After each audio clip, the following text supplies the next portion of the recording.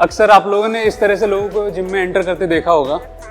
ऐसे लोगों की मेरे मन में स्पेशल रिस्पेक्ट है, बिकॉज हम जब किसी इंसान का पैर छूते हैं या किसी चौखट को छूते हैं कहीं किसी जगह पे घुसते हुए, तो उस इंसान या उस जगह की अहमियत हम जताते हैं हमारी ज़िंदगी में।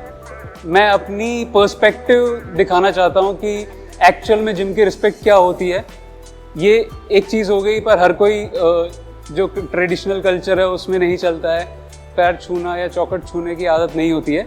बट एक मेरा पर्सपेक्टिव कि जिम की एक्चुअल रिस्पेक्ट क्या होती है, इसके अलावा वो मैं इस वीडियो में आपको शेयर करना चाहता हूँ। सबसे पहला है वेट्स की इज्जत करना। अक्सर हम देखते हैं कि लोग जो वेट्स होते हैं उनको बड़ा लाइट ट्रीट करते हैं। अगर कोई वेट जो आप रेगुलरली करते आ रहे हो, आप सोचते हो वो आपके लिए हल्का हो गया है, तो वो उसकी डिसरिस्पेक्ट करना होता है।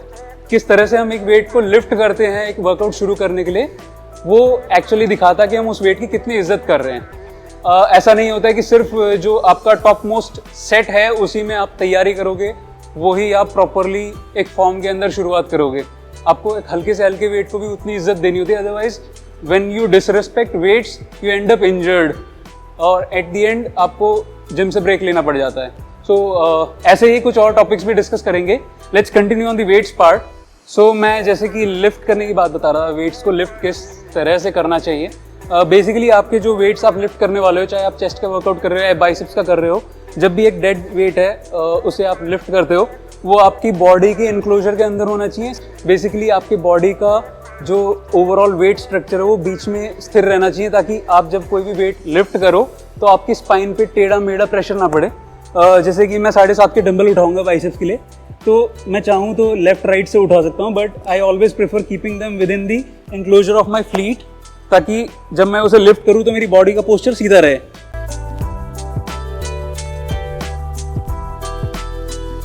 सिमिलरली एक और ऑप्शन, जैसे कि मैं चेस्ट करना चाहता हूँ flat dumbbell press on a bench, तो नॉर्मली क्या होता है कि लोग साइड में डंबल रखते हैं, तो एक बार इधर से उठाया और एक बार दूसरी साइड से उठाया डंबल, जिसमें कि स्पाइन हमेशा टेढ़े प्रेशर झेलती है। ये बहुत ऑफन है। इसमें भी what have to do is अपने वेट्स को अपने पास रखो, ताकि व्हेन यू लिफ्ट इट आपकी बॉडी सीधी रहे, सेंटर ऑफ मास बीच में रहे आपका, सो दैट आपके स्पाइन पे या बॉडी पे अननेसेसरी डायरेक्शनल प्रेशर ना पड़े लेफ्ट या राइट का।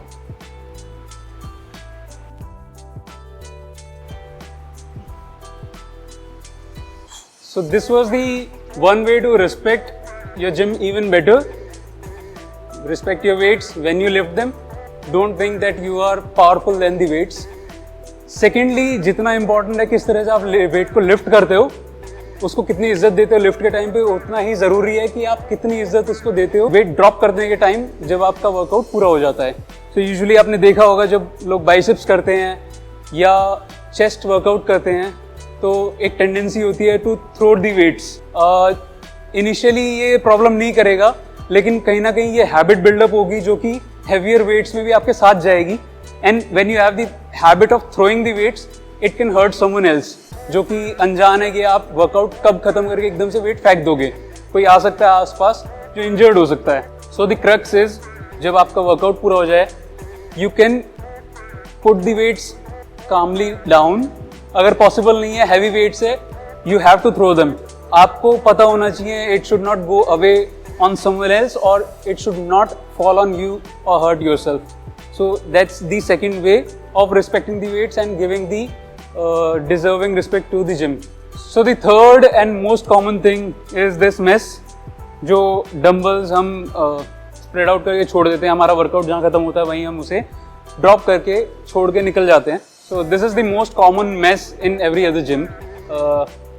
Irrespective of आपकी जिम की कितनी वैल्यू आपकी लाइफ में, if you are doing this mess, then you are actually disrespecting the gym and ये फैलता है। जितने लोग डंबल्स बिखेरते हैं, उतना ही दूसरा इंसान और ज़्यादा सोचता है कि मैं भी क्यों रखूँ। So it's like start from your bit, ensure that कि आप अपने कोई भी वेट्स को जब कहीं यूज़ करते हो जिम में, do not leave them there, put them back on the racks. It's easier for the people to pick them up. अगर एक डंबल रैक पे सारे डंबल वापस जा रहे हैं, जिसको जो डंबल चाहिए वो वहाँ देख सकता है। Otherwise people roam around in the gym searching for their choice of dumbbells. Coming to the next point, एक चीज़ है जो हमारे खून में बहुत ज़्यादा जल्दी आ जाती है. We do a lot of ego lifting. हर जगह मिल जाएगी आपको, हर जिम में there are ego lifters. हमें कभी भी हमारे बॉडी पोटेंशियल से इतना आगे नहीं जाना चाहिए कि वो हमारे लिए डिस्ट्रक्टिव बन जाए. ईगो लिफ्टिंग सबसे बड़ी डिसरेस्पेक्ट है. When you know that your body is not capable of lifting a weight, do not call 3 friends to help you lift them. It will not grow you, it will only destroy you. तो ego lifting से बचो. सो आपका plan चाहे strength increase करना है या muscle increase करना है, do not ego lift, do not go to the maximum reps every single workout. Slow and steady चलो, longer run में काम आएगा. मसल ग्रोथ के लिए भी और स्ट्रेंथ इंक्रीज करने के लिए भी you have to ensure that you have to remain within the limits of your body and maximize your strength there. reps ऐसा नहीं होना चाहिए कि आपसे reps लग ही नहीं रहे हैं, आप हेल्प ले लेके ही वर्कआउट ख़त्म कर रहे हो. That's not how you grow. Coming to the last point, you know, हम नॉर्मली बातों में अक्सर चढ़ जाते हैं, पंजा लड़ाने के लिए तैयार हो जाते हैं.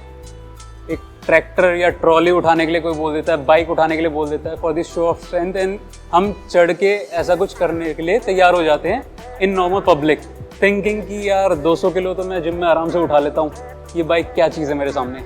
So basically that is also form of disrespect. आपको पता होना चाहिए, you should be consciously aware about it कि अगर आपने जिम में 200 किलो का वेट लगाया है तो उसके लिए आपने 10 मिनट का वार्म अप किया है, 4 हल्के सेट भी मारे हैं, उसके बाद वो वेट आप लिफ्ट कर रहे हो एक सेफ एनवायरनमेंट में, एक ठोस वेट जो कि बंधा हुआ वेट है उसको उठा रहे हो.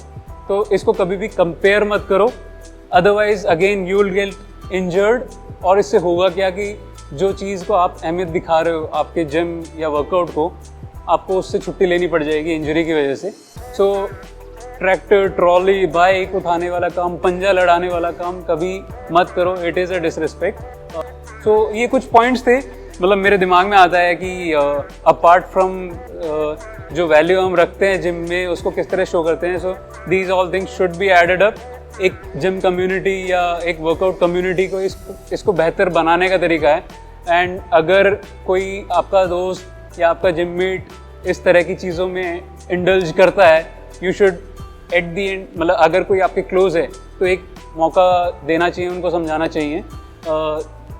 Things should be done in the right way to take this community to a brighter future than a destructive one. If you like this video and want me to cover another conscious topic like this, do let me know in the comments, and see you on the next video.